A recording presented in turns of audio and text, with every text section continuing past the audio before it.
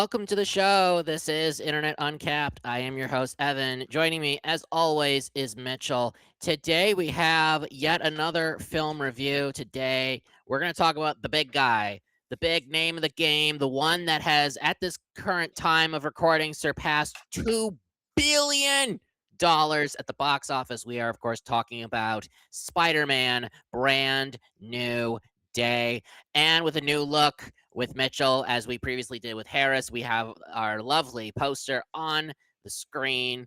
I'm going to go ahead and share some initial thoughts on Spider-Man: Brand New Day because uh, whether this is seen or not, I don't know, but I think that this may end up surprising a few people about what I am about to describe. So obviously, Spider-Man: Brand New Day. This takes place. It takes place after No Way Home, and then over the course of about 4 years, we go into sort of the time, sort of another time skip. So there's a time skip within another time skip to current present day, where Spider-Man is a much more established superhero, but of course. And also one other thing, spoilers for the rest of this video. We are going to cover pretty much the gamut of the movie. So if you don't want to be spoiled, uh, leave this video, come back, and then watch us gab about it for our full thoughts. But anyway, so he fights all these different Spider-Man villains. They recreate very iconic Spider-Man covers from the 70s comics, and they're all kinds of villains. A lot of different villains: Scorpion, Tarantula, Boomerang, Tombstone, who is criminally unused. We'll talk about that in a minute. But basically, the conflict did not involve any of these villains. The conflict actually involved a mysterious female character that has been kind of mind jumping between people and kind of doing all kinds of random things to get back at damage control. And Spider Man is trying to figure out what the heck is going on necessarily. So that's just sort of the main gist of the overall plot. We are going to get into much more later on in the video. However, I will say this: listen, I get it. I understand. The home trilogy of Homecoming, Far From Home, No Way Home may not be for everybody. I know that a lot of fans of the movies, as well as the comics, TV shows, whatever, have a very specific vision for what they see for Peter Parker Spider-Man. I understand it. Everything's subjective. And fan fervor is very, very, intense, especially for a character that's considered one of the most popular in all of fiction, right? I understand that. But I just think that people need to sort of raise the threshold of their expectations just a little higher. Because although I did like many parts of this movie, although I thought, there were things in the movie that I absolutely appreciated, especially on a writing and character level, I felt, unfortunately, that this was the weakest of the four Tom Holland movies. I was very surprised because, listen, Spider-Man is my favorite Marvel character of all time. I love the Tobey Maguire movies. I was not crazy about the Andrew Garfield movies, but I Uh-huh. thought that he made up for it very much in No Way Home. I love Tom Holland. I love the writing in the Tom Holland movies. I thought that it was very well conceived, even though it was different. I liked that it was sort of the high school years of Peter Parker, coming up, trying to figure out who he is as a hero, and really sort of trying to live up to that And level as of a man, potential. And yeah, and Tony Stark, and all of that. yeah, it's a To be coming of age story. coming of age, the whole 9 yards. Yeah, exactly. So, I think that, again, even people were like, "Oh, it's too CGI heavy," and "Oh, it's this," and "Oh, it's that," and John Watts and blah, whatever. And I understand. I get it. I do get it. So when I this is just my personal opinion. It's not like we're this is like the definitive, like, you must think this, right? But I just think that, when you have Spider-Man, you should be telling a Spider-Man story first. And I did not feel that this movie told a Spider-Man story first. In fact, I will argue that the things people have been complaining about, of trying to not tell standalone stories and telling a hodgepodge of all these different, MCU, Marvel Cinematic Universe threads all in one. This movie is very much guilty of that. It was playing too much with too many different things. I did not understand, in some respects, what it was trying to be. Was it a story about Peter trying to come to terms with the fact that a lot of people that he cared about do not remember him? Was it a story of the mysterious, character and what's going on with her and all of that? I just felt like there were just too many plot lines being jumbled all at once. There was no emotional through line to a lot of it. Like I said, there were good character moments in between, but I just felt that it was a very messy, very, very, very messy film. I will say this, however, before we get into Mitchell's thoughts. So the mysterious woman ended up being one of the most prolific X-Men characters in all of comics history, that being Miss Jean Grey, which was kind of like, now I knew about this spoiler. I was stubborn. I was like, I do not give a shit what the internet says. I don't want to see this thing. I've been hearing rumblings and rumors about Jean Grey being played by Sadie Sink. I want to know who Sadie Sink is. I don't give a shit if I'm spoiled. And so I knew about that going into this. But the question was mostly, what is the deal with this version of Jean Grey? Well, this version of Jean Grey is a very early version of Jean Grey. She is not yet an X-Man. We don't know a lot about her past other than what was established with her sister named Sarah, who, by the way, I didn't even know. I'm a comics nerd, and I didn't know she had a sister. Turns out she does. She actually does. She's a much weaker telepath, telekinetic than Jean Grey, but she there lo and behold, she has a sister. Mhm. Um, and so, there's a lot going on there. So, but anyway, I'll stop right there. But it's just to say that I just wish there was more of a narrative through line. I wish it was more consistent. This truly, I just was just, I liked what I liked, but I just thought it was generally just okay for what it is. So, Mitchell, go ahead and share your thoughts on Spider-Man: Brand New Day. All right. So for me personally, I thought it was a good film. Is it the best Spider-Man? No. No. I think, in my personal opinion, out of all the Spider-Man movies I've seen, which I saw the trilogy with Tobey Maguire, Hmm. the two with Andrew Garfield, and now the four with Tom Holland, Yeah. Spider-Man 2 is still the best one. Oh, without question. I don't think That is there's any still, there's any debate. Yeah. I think Of that the is, live action movies, I agree with you. Yes. I think that's my favorite one. Yeah. Uh, I would say that Spider-Man 1, the original William Dafoe, you know, Mhm. Mhm. myself. Um, then Andrew Garfield at the time, it got a lot of crap because he was the bumper between Tobey Maguire and whoever took the helm after that. So he did a huge service for Tom Holland because Mhm. no one ever compares Tom Holland to Tobey. Right. They compare Tom Holland to Andrew Garfield because you always get Yeah. compared to the last guy. With that being said, shout out.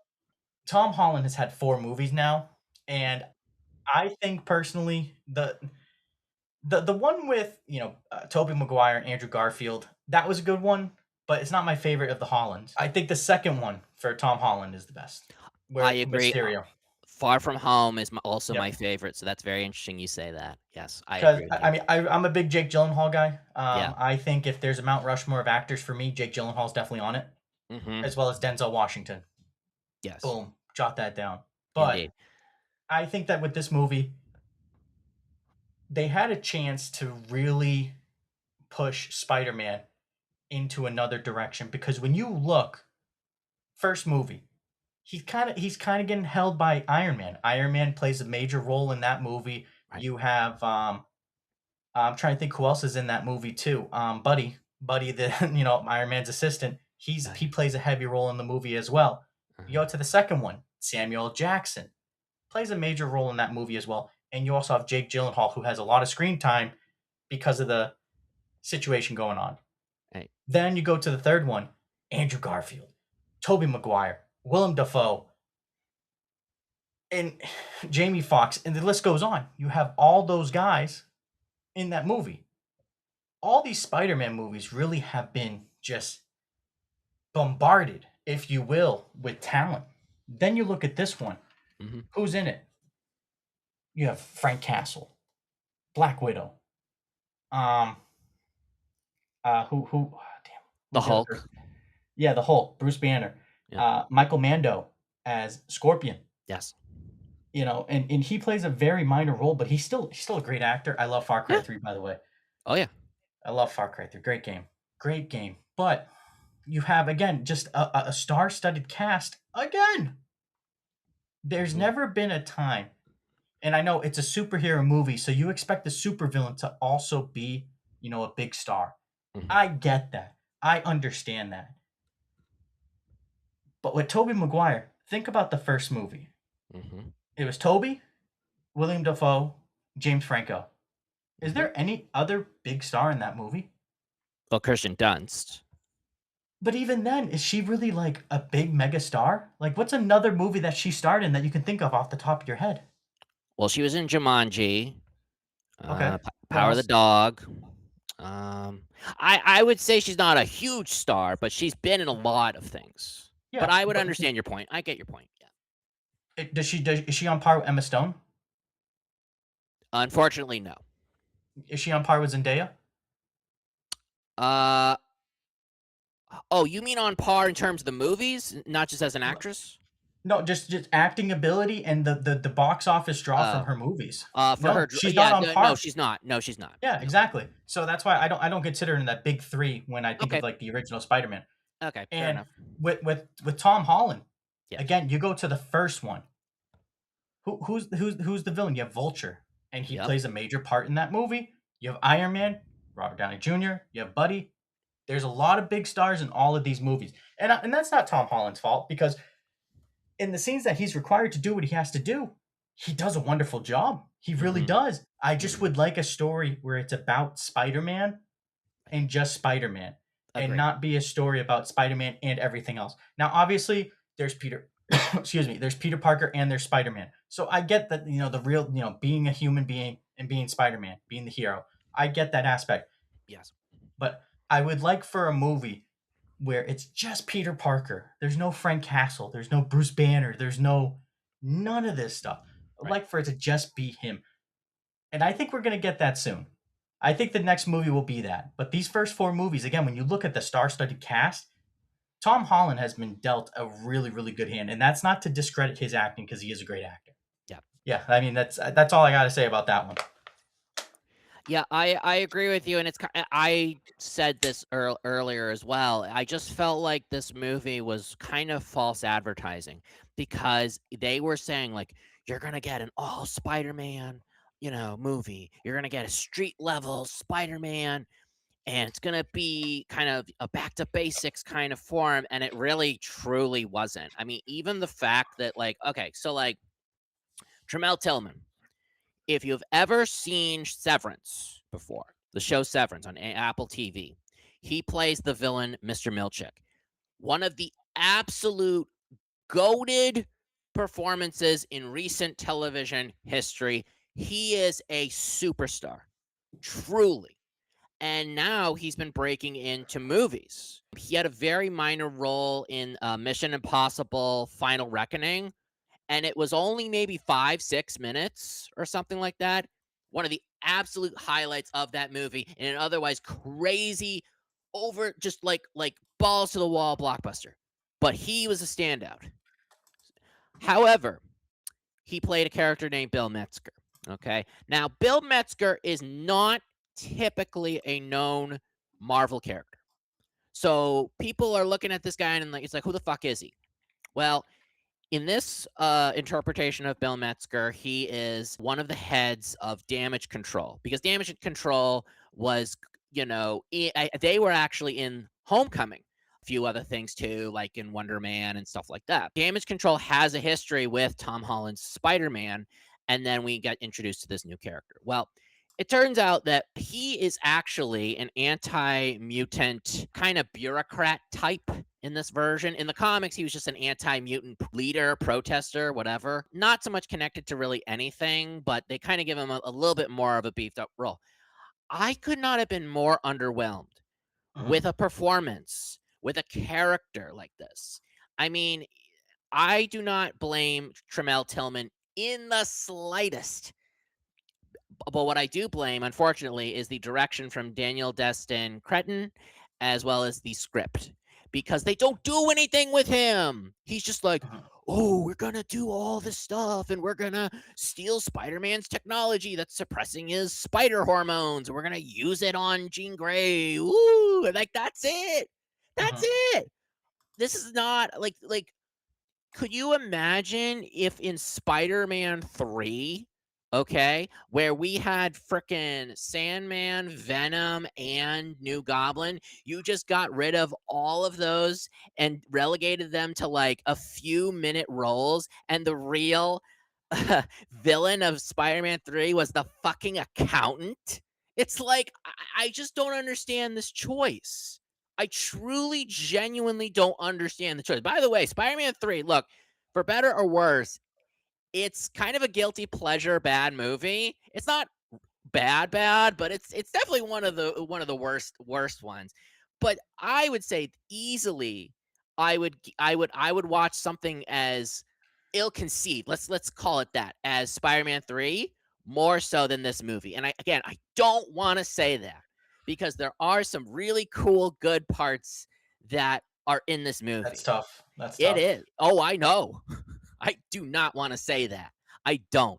But I can't you watch this movie once, and then that's it, in my opinion. If you wanna watch it again and again and again, you can do whatever you want, but I just can't, I'm not gonna own this on DVD, Mitchell. I'm not owning this on Blu-ray.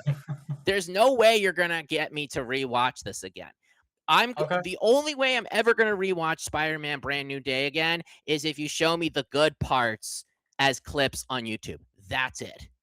You know what I okay, mean? It's just I just, again, it doesn't mean that I hate it. It doesn't mean that I necessarily don't like it. I just felt that it was very underwhelming for what they tried to advertise it with. Listen, they had some big shoes to fill with No Way Home. No Way Home was like the showstopper, and they really had to really put something out there. But multiple villains that you barely see in the movie, including Michael Mando, who, by the way, I'll mention this about Michael Mando. They were mhm. setting him up in the very first movie, uh, Yeah, and as a payoff to have him reunite with the Vulture and maybe reunite with a few other so-called villains. And they mhm. don't, and they drop the ball completely. They don't address it at all in this movie. He becomes the Scorpion. We don't know how or why, and that's it. He just has one fight with Spider-Man. One. And he's just a typical good. Michael Mando is one of the best actors you could possibly get ever in a video game like Far Cry 3 and in Breaking Bad, or not Breaking Bad, but Better Call Saul. Better Call Saul, Mhm. and also the first Spider-Man movie. I thought he did, like, again, it wasn't much of a performance, but it still was. He just had that like enticingness, and he had this kind of like ooh, like kind of like interesting kind of gangster vibes to him. Here, it's like he's just a typical goon. And Yeah, Scorpion is and not a prolific villain, but I just like what like dude, come on. Like you could do so much more with Michael Mando, you know? I don't like how he got washed twice. Exactly. Twice he got washed. Twice. He got washed because of the long wait period that he had, and then when they gave him a chance to finally return after 9 years, they're just Mhm. like, "All right, give him the suit, fight Spider-Man, boom, done." What? Yeah, What are yeah, we doing here? So it's just but let me go on the opposite end here, because there were a lot of complaints, but let me talk about the good things here. So I thought Sadie Sink, for this newer version of Jean Grey, she did a really good job. I mhm, think that her character arc was unfortunately, and also probably the most well-defined aspect of this movie, because she is going about everything with the wrong way. She's kind of sort of, villainous, but when you actually understand her motivation to try to find her sister and find damage control, who had kidnapped her previously, when all of that stuff is revealed, you can understand where she's coming from. It's all misguided. It's all out of anger and fear. But guess who else at one point was doing things out of anger and fear? That was Spider-Man. That was Spider-Man. Now, Tom Holland's version does not go through that same kind of character arc that we've always known and loved from like Toby or Andrew. So Mhm. it is a little different, but it is to say that to put a twist on a character that you would never really associate that character arc with, I thought that was actually pretty cool. And I liked that, I liked that you understood where she was coming from with her sister. I liked that even for a brief scene, you can understand the kind of relationship that they had. These two kids were going between foster homes, orphanage to orphanage or Yeah. whatever.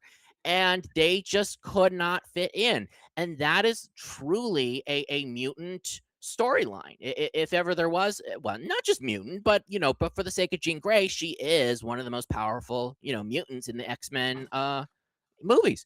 So I think that what they did there was really interesting and very good. I also really liked that Tom Holland was showing her that there's another way of doing things, and that if you the whole brain read thing where it's like I know how you feel, I know what it's like, but listen, you don't have to do this alone. You can be with, I can try to help you. We can do this together. You don't have to really you don't have to do this out of fear and anger. You can have help. You can do things the way you do. She does end up disappearing, of course, but it's like the Jean Grey storyline was probably the best part of a Spider-Man Spider-Man movie. So Yeah. it just I don't appreciate that at the same time. I appreciate what they did, but I don't appreciate the overall function that this movie was trying to do. That they could not find a way to balance out Jean Grey with Spider-Man's story, with what Spider-Man was trying to do. Him dealing with MJ not remembering him, or Ned not trying to remember him, and it was I just felt very underwhelmed, and it was not a disappointing movie overall. There were parts that I did like, but it's also like if people are really truly complaining about the things in the Marvel universe that are just too much, you might want to look at this one and understand what the problems are here. You might want to start here and then go maybe backward. Okay. Not even Thunderbolts, Mitchell. Not even Thunderbolts had this problem. Yeah. It did not have this problem. Fantastic Four. I listen, I know some people weren't crazy about Fantastic Four. That movie also did not have this problem.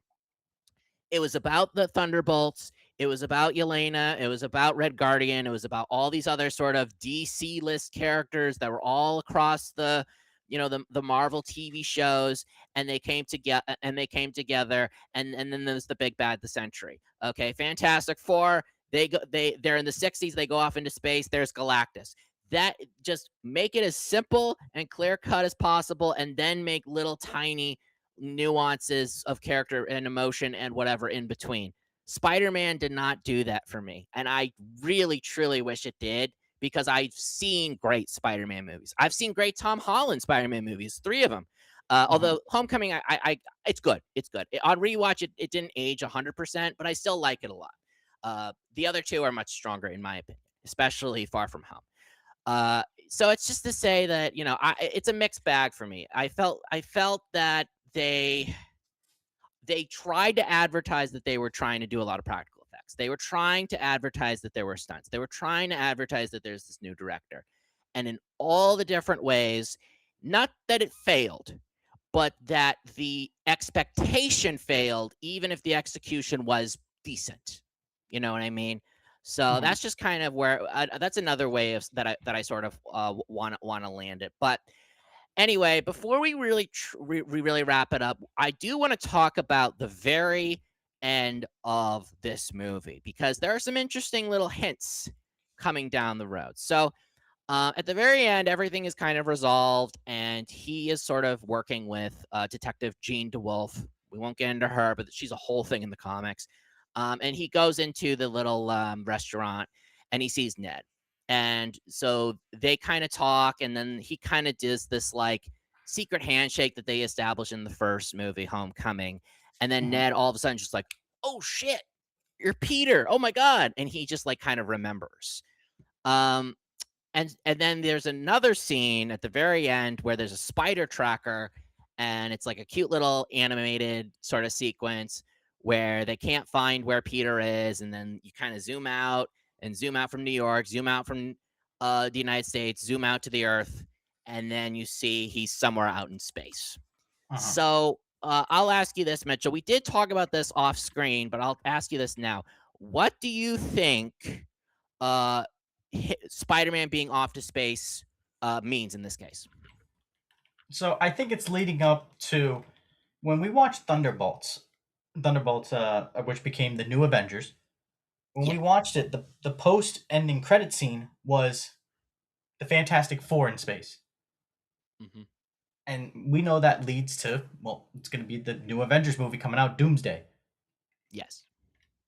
I think this is leading towards the next two Avenger movies, Hmm. and Spider Man's going to be involved. Now they said he's not in the first one, but he's going to be in the second one, Yeah. which I don't know how that's going to work, but we'll find out because in the movie we see him having conversations with Yelena.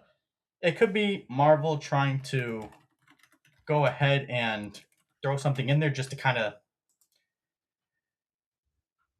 try to get you off the scent a little bit, but Yeah. I don't know. It's a really weird situation, but we will see what happens. Spider-Man's such an integral part of the Avengers and everything that has happened within the MCU. So I think he will be back in this upcoming Avengers movie coming up, and then the following. So yeah, I think it's just to throw people off.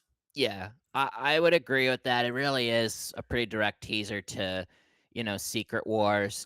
We don't know. We There are details about what happens that leads to Secret Wars in the comics.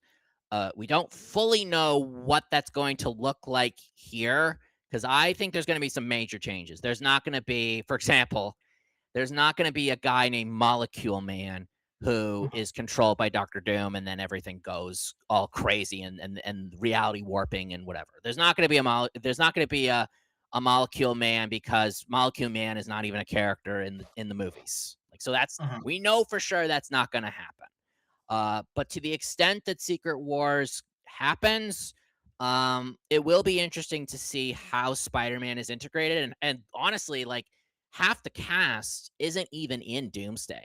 So we know that like probably the other half is going to be in Secret Wars, but to what extent they'll be in it, we just don't know yet.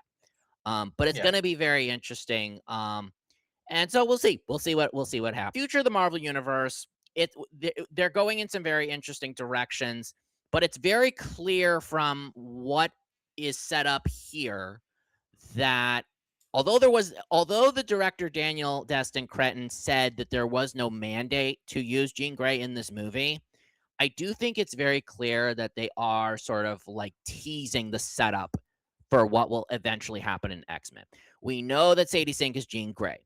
They have casted the actor Kit Connor as Cyclops, who is Mhm, basically her love interest.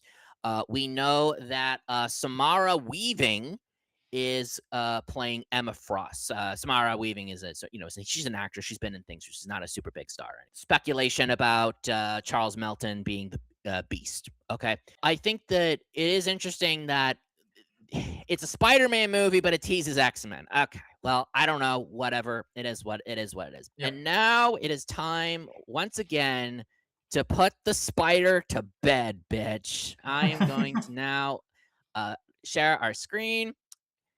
And just as a reminder to our audience, our rating system is as follows. I'm just going to scroll up just a little bit. Uh, the worst of the worst being Real Anissa Move. DSP stream, mid, solid, really good, and excellent. Mitchell, what would you give Spider Man Brand New Day? 3.5. Okay. And I gave it 3 out of 5 stars as well. It was mid. I just was not. I was very disappointed, but it's not a bad movie. So that's kind of where I sort of dot the I's and cross the T's right there. So Mitchell gives it a solid. I give it a mid. All right, Okay. everybody. Well, that does it for Spider Man Brand New Day. Mitchell, any final thoughts on Spider Man? Thank you, John Berthal. And I want a Punisher movie. Give the man his flowers. Let him end it on his terms. You cucks. Thank you. Indeed. So in the meantime, be sure to hit like, hit subscribe, leave a comment down below. What do you think of Spider-Man Brand New Day? And next coming up will be the Resident Evil movie. That will be very, very interesting. Zach Krager, don't let us down. Those movies are bad. Don't make another bad entry in this movie series that was based on a video game. Don't do it, Zach. All right, You until fuck. next time, we will see you in the next recording. Goodbye, everybody.